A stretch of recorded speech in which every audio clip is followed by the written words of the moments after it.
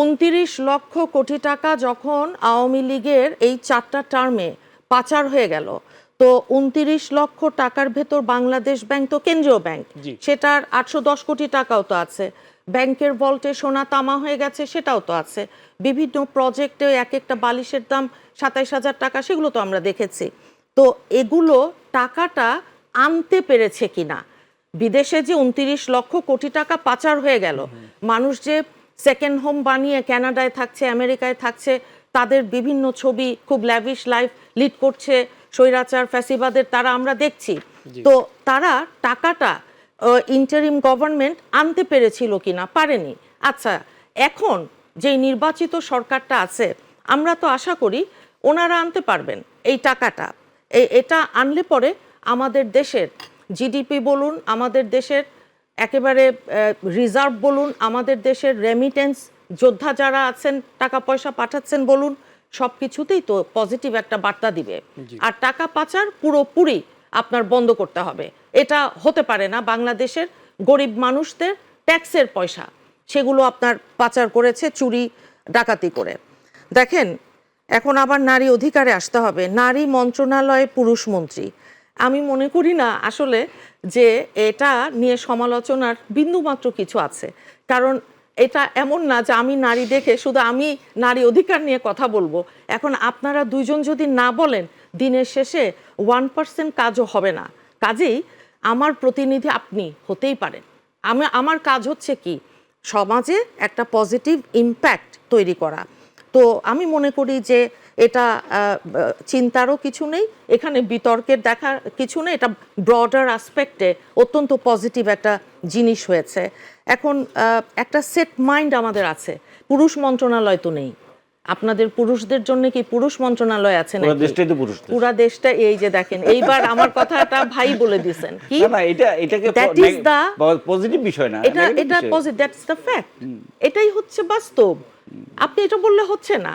কারণ কি, এটা সমাজের যে কাঠামোটা, পরিবারের যে কাঠামোটা, রাষ্ট্রে সেটার প্রতিফলন হবে।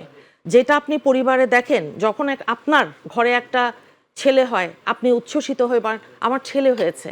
আপনার ঘরে কন্যা সন্তান হলে বলেন মেয়ে হয়েছে। তো সেইখানেই তো আপনার ডিফারেন্স। তো পরিবারে ওখান থেকেই রিফ্লেকশনটা আসে সমাজে, সমাজ থেকে যায় রাষ্ট্রে। কাজেই এখানে এমন কোন এই অবস্থাটার মধ্যে পরিবর্তন হচ্ছে। আমি চাই, আমরা চাই। হলে 11 জন, আমরা চাই 11 জন প্রার্থী কেন হলো, যে বলছেন পরিবর্তন হয়েছে, কোথায় হলো? আরো অনেক বেশি প্রার্থী হতো। আচ্ছা, যাই হোক, নারী মন্ত্রণালয়ে আমি মনে করি যে আমরা দেখার অপেক্ষায় থাকব।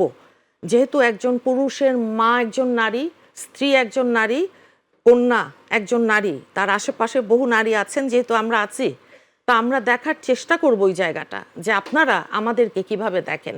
আমার ভাই যেটা বলেছেন যে জুলাইয়ের যে গণ অভ্যুত্থান, সেখানে আমরা নারীদেরকে দেখেছি তারা অগ্রভাগে ছিল।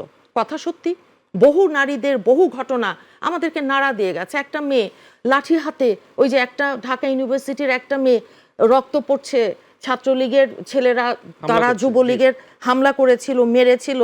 আমি শুধু একটা বললাম, এরকম অসংখ্য নারীরা, হয় কি 71-এর মুক্তিযুদ্ধেও আমাদের নারীরা যুদ্ধ করেছে, বীরাঙ্গনাও হয়েছে, এটাও যুদ্ধ।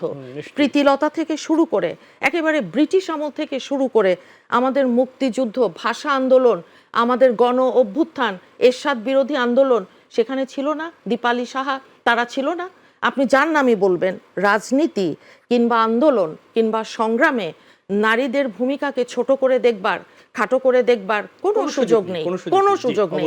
আমি আশা করব আমার এই কথা যারা শুনছেন, তারা এনসিপি সহ, জামাত সহ, আমার দল কিন্তু রেকগনাইজ করে, আমরা কিন্তু জানি আমাদের 422 জন নারী, আমাদের মানে নেতাকর্মী ইন্তেকাল করেছেন এই গণ অভ্যুত্থানে। তো তারাও, যেই নারীরা বেঁচে আছেন, যেই নারীরা আজকে সামনের থেকে পেছনে চলে গেছেন, খুঁজে খুঁজে তাদেরকে সামনে আনেন, তাদের অবদানকে স্বীকার করেন, তাতে ছোট হবেন না, বড় হবেন।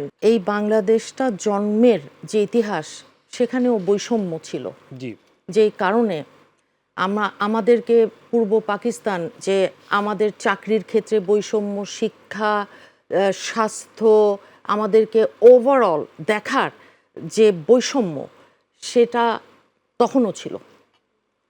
মুক্তিযুদ্ধ হলো বাংলাদেশ তো বৈষম্যের বিরুদ্ধে হলো। এক্স্যাক্টলি তাই, জি। সেটাই বলছি, পাকিস্তান বৈষম্য করেছে বলেই তো মুক্তিযুদ্ধ হলো। জি। গণতন্ত্র আমরা যেটাই বলি, আইনের শাসন, মানবাধিকার, বৈষম্য একটা বড় বিষয় ছিল।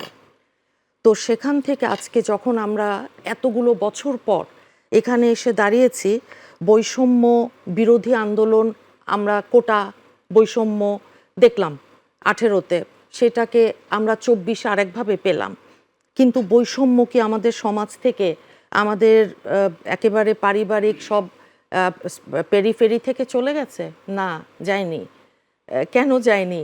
কিসের জন্য যায়নি? দেখেন, আমাদের এই রাজনীতি, সমাজনীতি সব কিছুই আপনি যদি বলেন, এটা এখানে যেই কালচার, যেই নর্মস, যেই ট্রেডিশন, এগুলো এমনভাবে জড়িয়ে আছে যে হঠাৎ করে এটাকে আপনি একেবারে বাদ দিয়ে সামনের দিকে আমরা চলে যাব, এটা হয় না। যেই কারণে উনি একটা কথা বলেছিল, আমি ওইটা নোট করেছি, একটা লাইন খালি বলি, যে আমার দল কিংবা অন্যান্য দল সরাসরি ভোটে নারীরা নির্বাচনে 100 আসনে অংশগ্রহণ করবে, সেটাই ভেটো দিয়েছেন।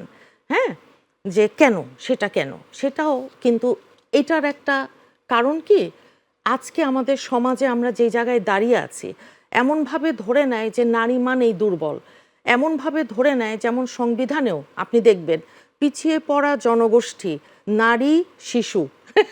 তাহলে আপনি যদি আমাকে প্রথমেই আমাকে একেবারে সিঙ্গল আউট করে দেন যে নারী মানেই আমি খুব দুর্বল, নারী মানেই আমি সরাসরি প্রভাবের বাইরে যেতে পারবো না, প্রতিপত্তির বাইরে যেতে পারবো না, টাকা পয়সার বাইরে আমি যেতে পারবো না, কেন ভাই? তা কেন? আমাদের দেশনেত্রীর দিকে তাকান, বেগম রোকেয়া সাখাওয়াত হোসেনের দিকে তাকান। তো তাহলে আমরা আমাদেরকে মুক্ত না করলে, আমরা তো ভাই সামনের দিকে যেতে চাই। যেমন নির্বাচনের আগে আপনার মনে আছে, একটা দলের একজন প্রধান টুইটার, যেটাকে এখন এক্স বলে, সেখানে যে কর্মজীবী নারীদের নিয়ে কি রকম ভয়ঙ্কর একটা কমেন্ট করেছিলেন। তো আমরা সেই দিকে যেতে চাই না।